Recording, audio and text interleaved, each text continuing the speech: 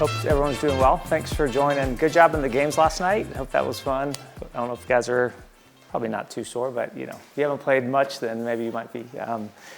So as Josh mentioned, I'm Dustin or Whitey. Everyone in my life calls me Whitey, so just so you know. So I serve, currently I'm on staff with Charlotte FC, and so I am our Director of Community Engagement. We get a chance to do a ton of kind of outreach programming and lead that effort, and it's been a really cool kind of 4-year role for me. And this morning we had a college ID event right up the street, and then we run an after-school program. We had a clinic this morning with 1,700 people, which was really awesome. And so we ran a 2.5-hour clinic with 1,700 folks this morning and an ID event. So that was my morning, which was really cool. So, just a kind of quick background. I came to Charlotte a while ago to play for the Eagles. And I came to Christ in high school through Young Life. And that was something that God just, intersected my life when I was 16 years old. And it was interesting. The guy that led me to Christ is a guy named Billy. And I looked at him soon after coming to Christ. I'm like, what do you do? He's on Young Life staff. I'm like, what do you do? And he's like, well, my job is to teach people like you about Jesus. I'm like, okay, I want to do 2 things then when I grow up. I want to do that, and I want to play soccer professionally. And so when I was 16, I decided I wanted to be a professional player, and I wanted to be a missionary. And so upon graduating college, started playing professionally, but then had a chance to come here. And I'd gone on staff with Campus Crusade, and then God just brought an alignment for my heart to come to Charlotte, be a part of the Eagles. And so I came here in the late 1900s, and we journeyed, played for 12 years with the Eagles, was on staff for 10 years, worked with a bunch of the folks in the room, played with a bunch of folks in the room, and just saw God do things in my life, and I think in our community of guys and friendships that was just really special. And then when we finished playing, we helped start a nonprofit that still is going in East Charlotte that works with refugee and immigrant resettlement and helping those families have sustainable solutions. And then God called me out of that to join Charlotte FC. So I'm married. We have 4 kids. We have a 21-year-old son, 20-year-old son, 18-year-old son, and a 16-year-old daughter. One of our boys is out on the field today, I think, when you guys were out there, so he has blonde hair. But it's been really cool to see, and you guys, many of you probably have this experience, but to see a family grow, to see kids learn their path, whether they're athletes or not. But for our family, everyone loves sports, and that's been really cool. But just so I used to be a professional soccer player. I'm a professional soccer dad at this point, so I get to travel around. I probably spend more time in cars and planes traveling to see our kids do stuff than anything else, and it's a real gift. So if you get the blessing of watching your kids compete, take advantage of it, right? Because there's small windows that gets to happen. So, but that's me really quick. So I was honored with Kelly and Coach to be able to help be a part of this time. So, and congrats on being the very first thing in this building. You probably didn't know that it was like 48 hours away from not happening here, but it was pretty cool that's all come together. This couldn't have kicked this building off any better way. All right, so let's see, what else is on there? So here's our plan today.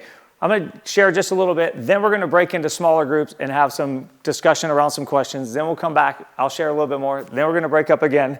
My hope is to cultivate some, hopefully, thoughts and curiosities that you guys can flesh out a little bit together, and then I'll try to wrap context around it, if that's cool. So this session will be hopefully interactive as it relates to breaking out in small groups. So when we break into small groups, I'm not going to tell you how many should be in it. Just figure it out. There's little spaces to go sit. I've got questions for you to talk through, so just be leaders and take advantage of it. So anyways, all right, so my name's Whitey, and I hate to lose. I don't know if that's true about you, but I hate it. And I wake up every morning with the passion to figure out how to win at everything, in anything. I don't know if this is true about you, maybe it is, but I internally find ways to compete at every single thing I do. One of those is I go to the gym in the morning really early, and I have to get back and pick my daughter up and get her to school at a certain time. And I race the clock every single day, and I have a goal to beat it.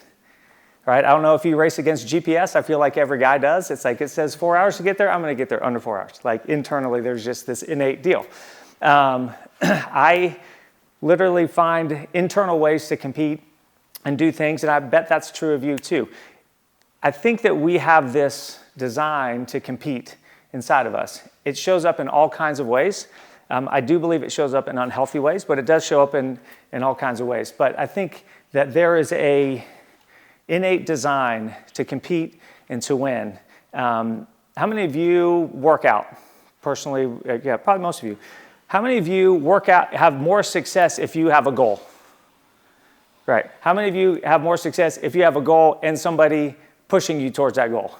Right? How many of you have more success if you have a goal, someone pushing you towards that goal, and somebody that you're trying to compete against? All of us, right? There's something to that.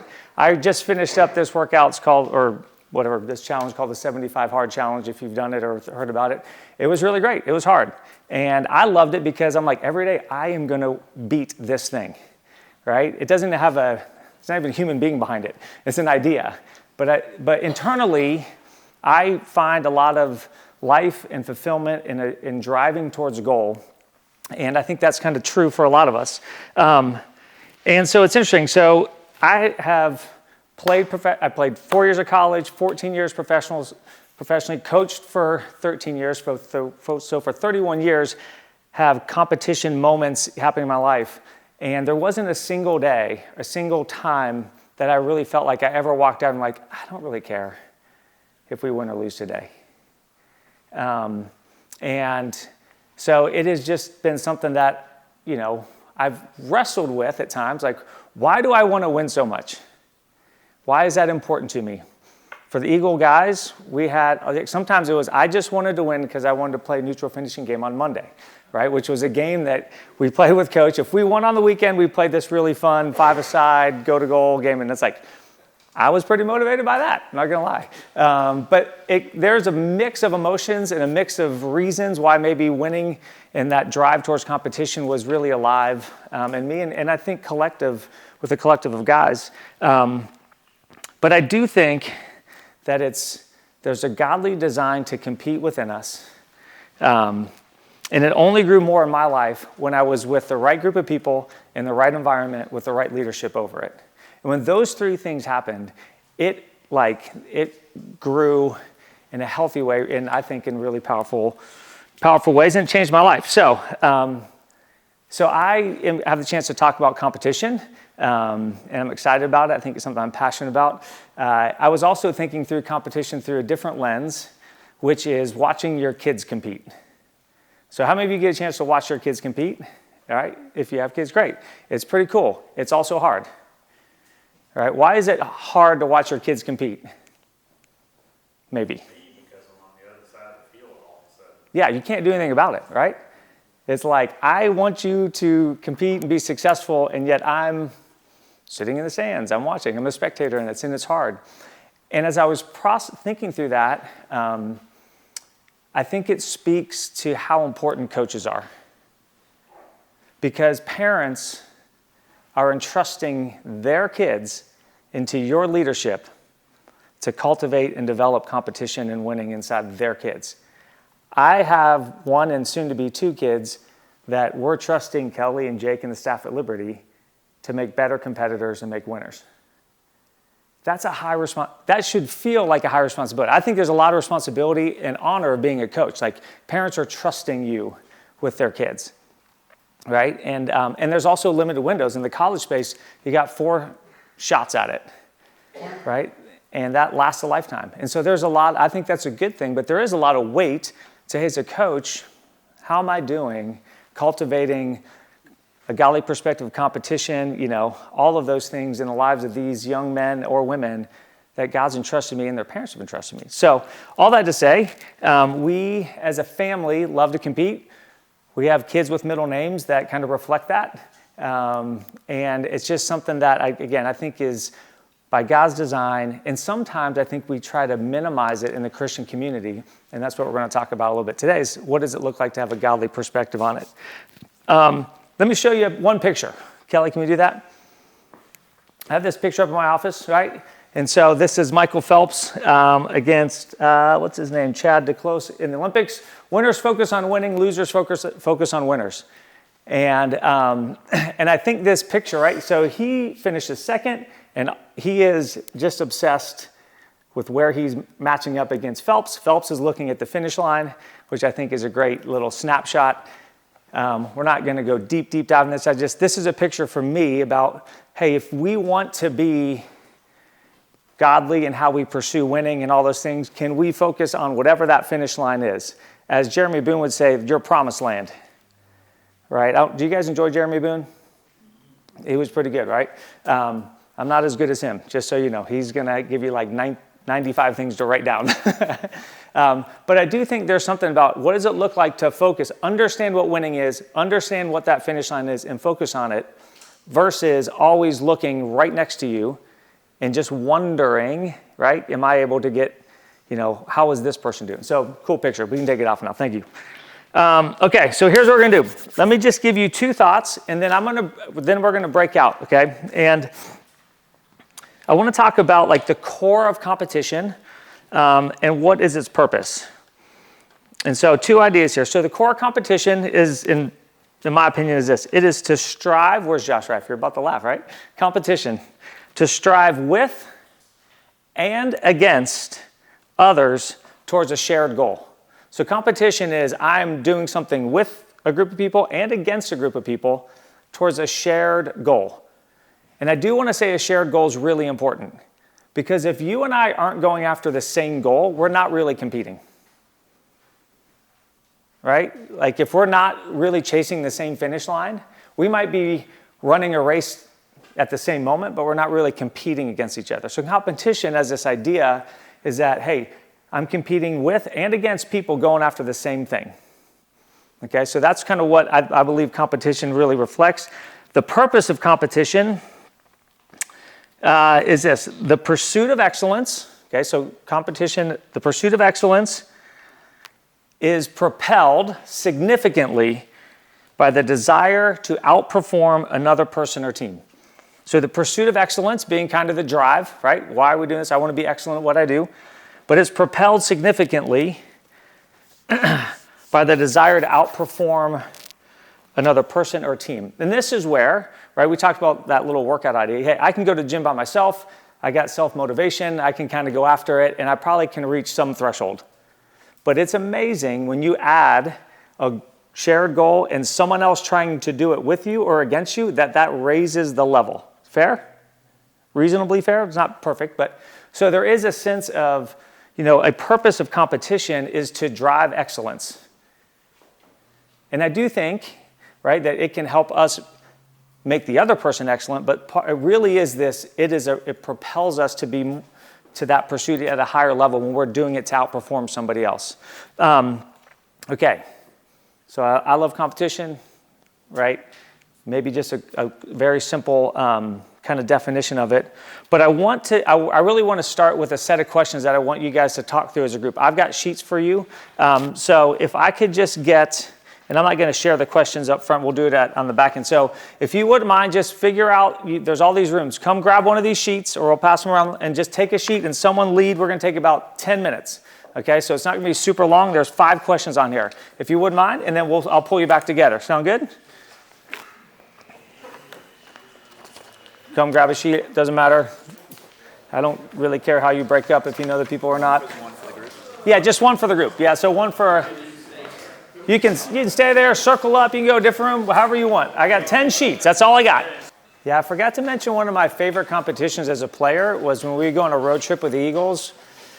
Normally, we'd get, a lot of times we have vans, and so like Ben Johnson would be driving one, and I'd be driving, so we'd like have these like competitions of driving with teammates to the next thing, which was pretty fun. We also had competitions about like which bag was going to come out of the baggage claim first or last. So all kinds of ways that just, finding competition. All right, so first question maybe feels real broad. What, just in general, when you think about Christians, what are ways, or why is it sometimes a struggle for Christian athletes and coaches to really embrace the idea of competition? If you came up with it, just throw them out. We're not going to spend super long on the answers, but maybe the question didn't quite hit, which is all right. Yeah? It's good to cause people to work sometimes can feel divisive maybe, like, oh, wow, all right, thought we're supposed to love each other, not like compete with each other, okay? Well, if you think of a Christian perspective of the whole iron sharpens iron thing, Mm-hmm. I mean, that, you know, you're not gonna do that if you're not working against something. Okay. Yeah. Any other quick ideas on maybe why it can be a struggle sometimes? One of the things we talked about is it can consume you a little bit too much, Mm-hmm. and that obviously pulls you away from who Christ was and replicating what Christ did. Okay. Great. Not really a right or wrong answer, so to speak. What about the second one? What's the difference between loving to win and hating to lose?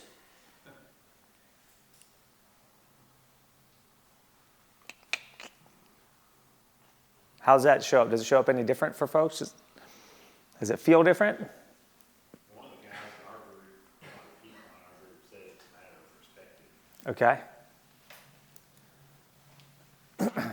Basically, what we were trying to talk about here was, what's your motivation behind it? Okay. Are you hating to lose because it's impacting your identity? Are you loving to win because it's an idol for you? So it seems to be a matter of what's the motivation behind either question Mm-hmm. Okay. that we can search our heart with the help of God to see that. Yeah. I think hating to lose is fear-based. Okay. Fear of failure, fear of not being successful, whatever it is. Okay.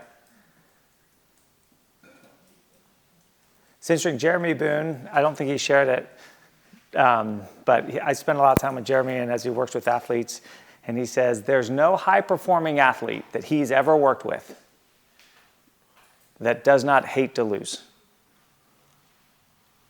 And he has an interesting perspective. He said, you know, people love to win because it's fun, it's enjoyable, but the people that have the drive to say, I will do anything not to lose, tend to be the ones that are the most high-achieving athletes. And he says to couple that with the Christian perspective is really dynamic. So, again, interesting. There might be a difference. There might be a depth or a drive or a grit for guys or teams that will dig in and say, we're not going to lose today, right? And that might be a way to just kind of think about it. Interesting conversation to talk about with teams and coaches. You know, again, I'm not saying that there's one's right or wrong. It's just there's a whole like perspective on it, like what drives it. But there might just be, I don't know, maybe it feels like there's a little bit more oomph behind the ones that maybe hate to lose. What's it look like for the desire to win to go too far?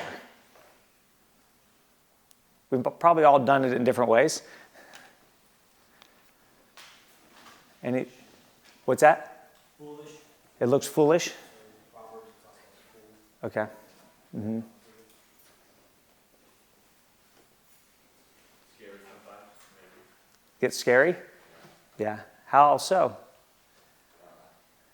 Might be times that you can, the desire to win overcomes the sort of being Christ itself and the true nature of human being. Yeah. And all of it.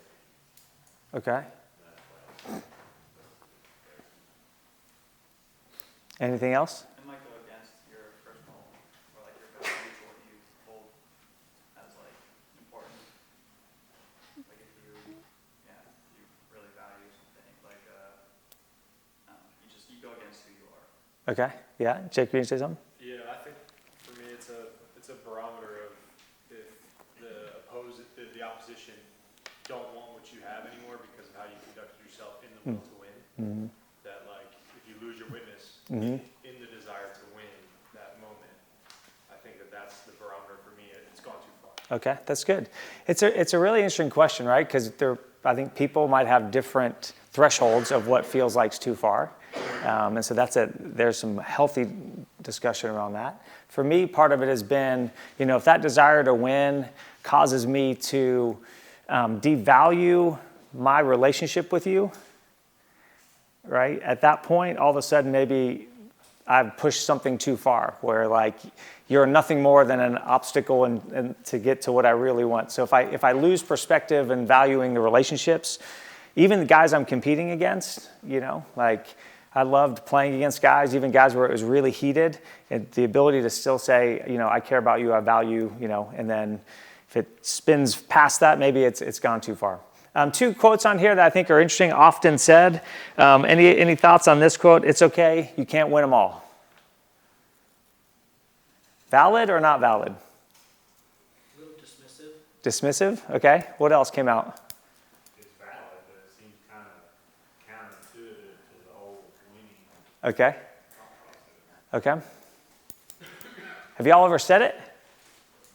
I mean, I've said it for sure, right? Like, you can't win them all, you know. Why do we say that? Okay, comfort somebody that just lost is probably the main way. How about this? Can you, in the arena of sports, can you win every competition? Can you win every single soccer game that your team goes out and plays? The answer is yes. I don't know if you will, but you can. Right? If we start with the mentality of, we can't win them all. We're not going to win, right? I, as a coach or as a teammate, would say, if that's where you're starting, I don't want to be on your team. I don't want you on our team, and I don't want to be on your team. If you start with this sense of, we're not going to win them all, right? I want to be on a team that says, nope, we're going to go into every match with the expectation that we're going to do whatever it takes to get a result. I don't know if we will, and we'll deal with the reality if we don't, but it's not a great starting point. How about the second one? God can teach us more in a loss than a win. Sure, there's a lot taught through failure.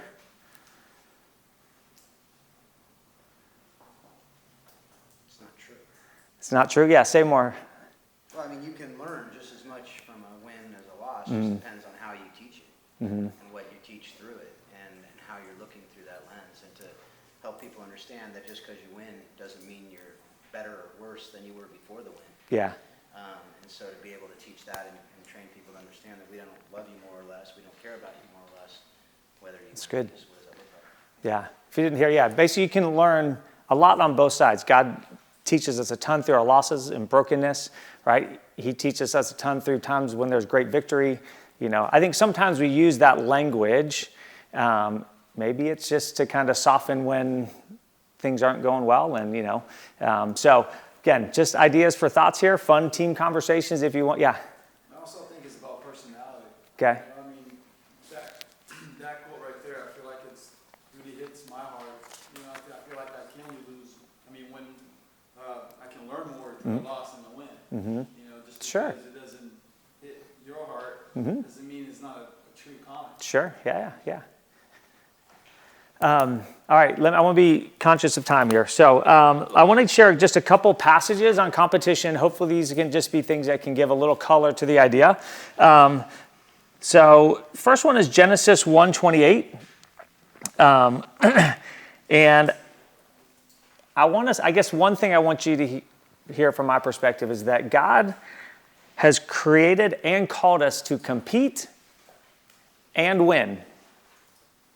All right, and I want to give you a couple passages around that, okay? And then we're going to try to apply it backwards into how sports work. Genesis 1:28, God blessed them and said to them, be fruitful and increase in number, fill the earth and subdue it. Rule over the fish in the sea and the birds in the sky and over every living creature that moves on the ground. So we are called to rule and subdue and rule the earth. And it's interesting, right? This is a call to, often it's called the dominion mandate, right? To have dominion over or rule over the earth. How many of you have ever applied that to the arena of sports? Are we to rule and subdue the world of sports? Or just fish? What do you think? It's not a trap question. I'm just more... I would say no, because sports involves other human beings. Okay. It's not according to this passage. This particular, yeah. Not That's right. This particular passage. Should we rule or conquer, I guess the areas that God placed us in, whatever the field, right? Should we rule finances, right? Should we rule gardening? Should we rule different, areas. And again, that sounds very authoritative, so I want to be careful. That's not it. It's more the concept of, hey, we are put in a place that God has called us to excel in and be excellent in and find dominion over.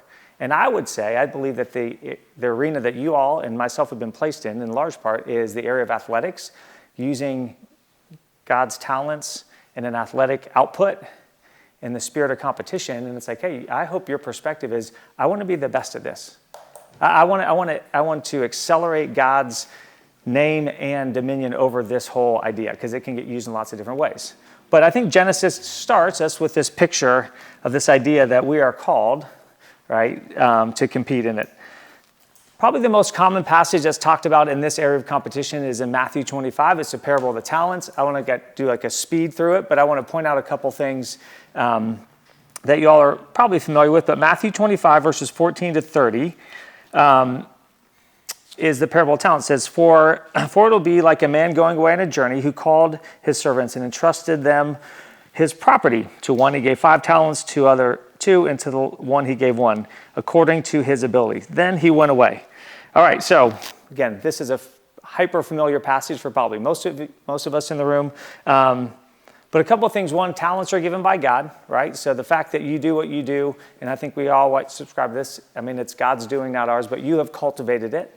You have worked on it. You have developed it. But the talents that we have are ultimately from God. Here's something else interesting. What do you notice about the talents in the story?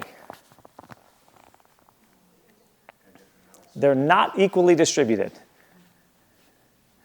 All right? So talent inherently is not equally distributed. And we use a phrase in our family about this. It's called fair is not equal. Someone might say, that's not fair. You can run faster than I can run. That's not fair. Right? Well, fair is not equal. And the reason I say that is because in the spirit of competition, you might look at your team and go, we're not as talented as that team over there. That might be true, right? They might have a bunch of five talented people, and you're a bunch of 1 talented people. It's okay. It's not equally distributed. It doesn't mean that you then, right, can shift your mindset and say, well, we're just not going to compete then. No, because I think we're called, right, to use the talents that we have in the environment we have to compete at the highest level that we can possibly do it. But interesting in this, right, so it's not equally distributed. So then what happens next? We can talk through. What happens with the guy with 5 does what? Say it out loud, it's all right. What's that? Goes out, multiplies it, gets 5 more. Second guy has 2. What's he do? Multiplies it. Third guy does what? Okay, so here's the thing. They all did something with their talents. They did something. 2 of them multiplied it, 1 of them hit it. But they did do something with the talents. And then, right, it says, the master comes back. He wants an account for what happened. The one that had 5, what did he do? Gives him 5 more, right? The guy with 2, what does he do? Gives them 2 more, okay? This is not a trick question. But, right, so they multiply their talents and they get more. And I want to stop here for a second. It says the 2 that multiplied their talents were praised for what they did, and they were given more, okay? So the ones that took their talent and they actually went out and multiplied it, they were blessed, or, they got a praise for it. But here's the thing about it. There is inherent risk in it. So the 2 guys that went out and invested their stuff and it grew, they took a risk. What was at risk? What could have happened? They could have lost it, right? They could have lost it. But they took a risk and they went for it and they multiplied it, and the master came back and he recognized it. He gave them more, blessed them, and sent them on the way. I would say this. It's always a risk when you put your talents to work at the highest level. And what's the risk? Failure. Right? Failure is the risk that we all have to come to grips with. Right? I could go out and do my best and fall short on a competition level. So it's a risk. What's the alternative to that? Is not even risking it, not trying. But there is a risk. And I would encourage you that risk is not only worth it, but it's good and it's what makes you better. It's the thing that will ultimately grow your talent. The guy with 1 talent, what's he do? Hides it. Master comes back. What does he do with his talent? Takes it, gives it back to him. And the master's response, anyone remember it?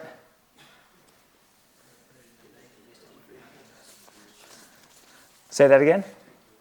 Well, he's not happy, right? He's not very happy. He takes the guy's talent, calls him wicked, kicks him out. And he scolds him, strips him of his talents. And I think there's an interesting thought in this. And it's a hard one to maybe kind of grasp. But, if you think about this guy, he took what God gave him and he didn't lose it. So he didn't lose, right? But he didn't play. He didn't compete. He took the thing that God gave him and he took no risk and he hid the thing and he came back like, hey, I got what you gave me. And that's a hard truth to realize, that giving back what God gave us just isn't good enough if you hide it. In this story, you see a master that values the risk-taking and the multiplying of talents over the safety of hiding something and not taking any risks. As a coach, I'd encourage you to find ways to help your teammates take risks with their talents. Understanding that there is failure that could hit you, okay? But to not compete. The third guy didn't even compete. He wasn't in the game. He made a choice out of fear to not even play. And that, for me, is just is the ultimate failure, is not even to get in the game. Why don't we like the way this third guy's treated? Why do many people, let's talk about other people. Why do other people not like the way that this guy is treated? What feels off? He was trying to do the right thing. Okay. Protect his master's money. Feels like maybe he was coming out of like a positive mentality. Okay. I think it kind of goes back to your fair is not equal thing. It seems like things are kind of unfair, and I don't agree with that. Yeah. From your question, it seems like things are unfair. Okay. Feels unfair. It's hard. Yeah. Anyone else? It's also out of fear. And the Bible says that this ruler was a ruthless ruler. Okay. So he's not someone that looked upon losing stuff with too much patience or understanding. Sure. Yeah. Yeah, it's just interesting, right? Like, it's hard to reconcile this God that loves us and made us and is gracious, and that will also hold us accountable to multiply the stuff that he gave us, right? Like, that's just a hard thing. But I would just say, man, there's something powerful in that picture that God's like, hey, I gave you this, like, go use it. Like, go multiply it. Take a risk, try to win, right? Go compete. Like, you got to compete. As a dad, like, I would rather my kids try and fail than not try. Right? Because you took a risk. And I think that's part of a call in our lives. Okay. There was a fourth guy, don't you, that went out and tried and lost it all and came back to nothing. See how God responds to that. Yeah. If there was a fourth guy, Yeah, you kind of wish there was. That was all. we'll ask him when we get it there. All right. I got about 5 more minutes, Kelly. Is that all right? Okay. We're going to punt on our last little small group, but I want to, okay. So as we think of this picture, I just want to maybe set the stage. I do believe God's put a competitive DNA inside of us. I do believe he's called us to compete and to really conquer and win, okay? It doesn't mean you win every single competition, but I do think you need to think that there's an opportunity to do that. And I do think he's given us talents that we are called to take a risk, to multiply and go for it and not sit on the sidelines and just hide it. Okay? But here's the last little thought I want to give us for what I think the tension point is for competition within a Christian's understanding of it all. Okay? And I've probably dealt with this in my own life, but I do believe that, let me say one other thing. Sports is a funny place. It's one of the few places I've ever seen Christians be okay with losing in a way that I would hope you wouldn't apply to other areas. Like, I lost as a dad. That's all right. Can't win them all. I lost as a husband. I'm just a so-so husband. That's all right, man. You know, can't win them all. Sports is like this one spot that somehow it feels like, well, maybe it shouldn't matter that much. But I think it's the area that God's called us to be. So I just encourage you, man, it's an interesting space. I've noticed it, that it's one of the places that we can try to dismiss, maybe because it quickly becomes idols, but ultimately somehow it feels like we're quickly to dismiss the winning and losing significance. But I hope you don't do it in other areas, right, in your life. We lost all our money, but you can't win them all. No one does that, right? No one feels that way. So be careful not just to apply it into the field, an area that God's called you not only to compete, but to lead others to learn how to do it, right? Like I want Kelly to teach my kids how to compete better in a way. And that's so if that makes sense. Okay, so here's a tension point where I really think show up a lot of times in the area of competition. And the tension that we tend to feel is between these two things, ambition and contentment. Okay, I think the tension point for competition lives between ambition and contentment. That God has called us to be content, right? And he has called us to be excellent and be ambitious. Colossians 3:23, whatever you do, work at it with all your heart is for work in the Lord and not for men. So there's lots of passages on this idea of being ambitious, be excellent, be great at what you do. And there's a calling in that to want to compete and be great. There is an extreme of that is negative. It's selfish ambition. And here's the definition difference in my opinion. Ambition, it's a strong and ongoing desire to achieve. It's a desire to be great at what you do. Ambition is a desire like, hey, you called me to be a soccer coach. I want to be the best one out there. I want to be the best one I can be, and I want to do everything I can to compete at the highest level as a soccer coach. That's ambition. Selfish ambition is a desire to be great at what you do so that you personally look great and personally receive accolades and praise. So there is a very fine line in that. But there is an extreme. Ambition is not looked down in the Bible, but selfish ambition is. But ambition is one half of the tension point, and the other side is contentment. And the passage for contentment, Hebrews 13:5. Is one of the passages I had in here. Contentment is this, an inward satisfaction that comes from knowing we're loved. So contentment, God's like, I want you out. There's a godly contentment that you need to hold on to. That you're loved no matter what you do, right? That's not going to change. And that's one other side from ambition, because ambition is trying to get better and do better, and contentment's like, you're loved, you're loved, you're loved. What's the downside of contentment? What's the extreme negative of contentment? Any guess? Complacency, right? Complacency is the far extreme of contentment. Contentment to gone wrong is complacency, which is this: satisfaction with your abilities and your situation that leads you to no longer try to improve. Okay? But in there, ambition and contentment, I think that's where hopefully you feel that tension. That's a great conversation for your teams. Hey, how are we content and yet how does that work? Right? Can we strive too hard and be all about us? For sure. Can we be too content and get lazy? And for sure.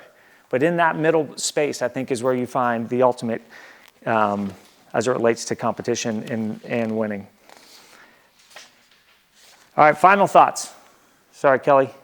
Okay, final thoughts. And I've got some questions if you want them to eventually take for another times about how competition shows up in training, in your teams and all that. Here's my final thought. Competition is a mindset. You have to choose mentally every day to compete. It's pursuing excellence. And a quote from Jeremy Boone, growth dies where? In your comfort zone. Competition is what keeps you growing. Growth dies in your comfort zone. That's what complacency is. You stop getting better. You stop caring about getting better. Competition is what makes you grow. But it's a mindset. Second, winning is a habit. And it's something you got to work on daily. My challenge to you is, are you leading your teams in the habit of winning? Do you set up training sessions that drive competition and winning? Does your schedule reflect it? Does your recruiting reflect it? It's winning is a habit. It's something you have to do. So I played forward and have a son. One of our kids plays forward as well, and we work a lot together. And I was like, you have to get in the habit of scoring goals. Like, scoring goals just has to be what you do, right? Like, it's a habit. You know, you can't just show up one day and score goals. Like, you got to go work on it. And that's true for all different areas of the field, but it's a habit. Winning's a habit. Teams learn how to win. They learn how to keep winning, right? And teams learn how to lose, and they learn how to keep losing. Trust me, Charlotte FC, we gave up like 9 goals in the last 5 minutes last year. It's like we have a habit of giving up leads, and it trickles into your mindset. Winning is a habit. You have to work on it. It doesn't just show up. Competition, right? It's a mindset. Last thought, this has to do with training. People and teams do not rise to the occasion. You fall to your preparation. Jeremy mentioned it the other day. When things get hard, you don't become better, typically. You go back to what you work on. And if you don't train in competition and you don't build habits of winning, don't expect to show up in a big game and all of a sudden be a winner, right? Teams don't rise to the occasion. They fall to wherever their preparation is. So how are you preparing yourself and your teams? My hope is, right, as you as coaches are looking to be excellent and understand winning inside a context of a godly framework, that's not easy to do. But maybe this idea that if we can embrace the idea that God's called us to compete, He's called us to be excellent, which can translate to winning. He calls us to multiply our talents, not hide them, and get in the game.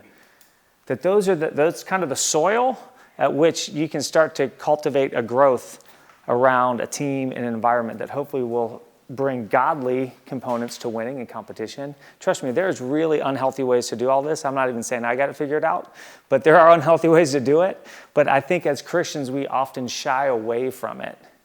We don't want to talk about the frustration of not winning, right? We want to kind of mask it with God's good, it's all good. You know, I'm like, no, man, losing sucks. Like, it really sucks. We had this guy that we were with in Africa named Barnabas, who was a guy that we spent a lot of time in Uganda, and we had this game. We're playing in the middle of this like Ugandan urban slum, and it's halftime.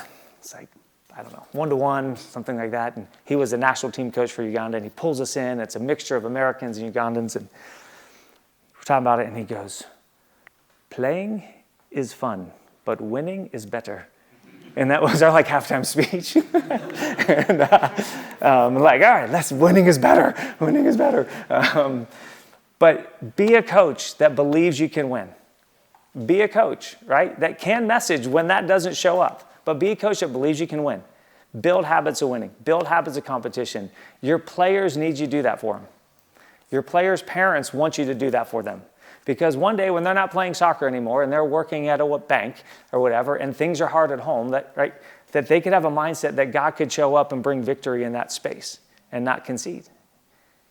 Sometimes that's the way competition rolls itself out in other areas.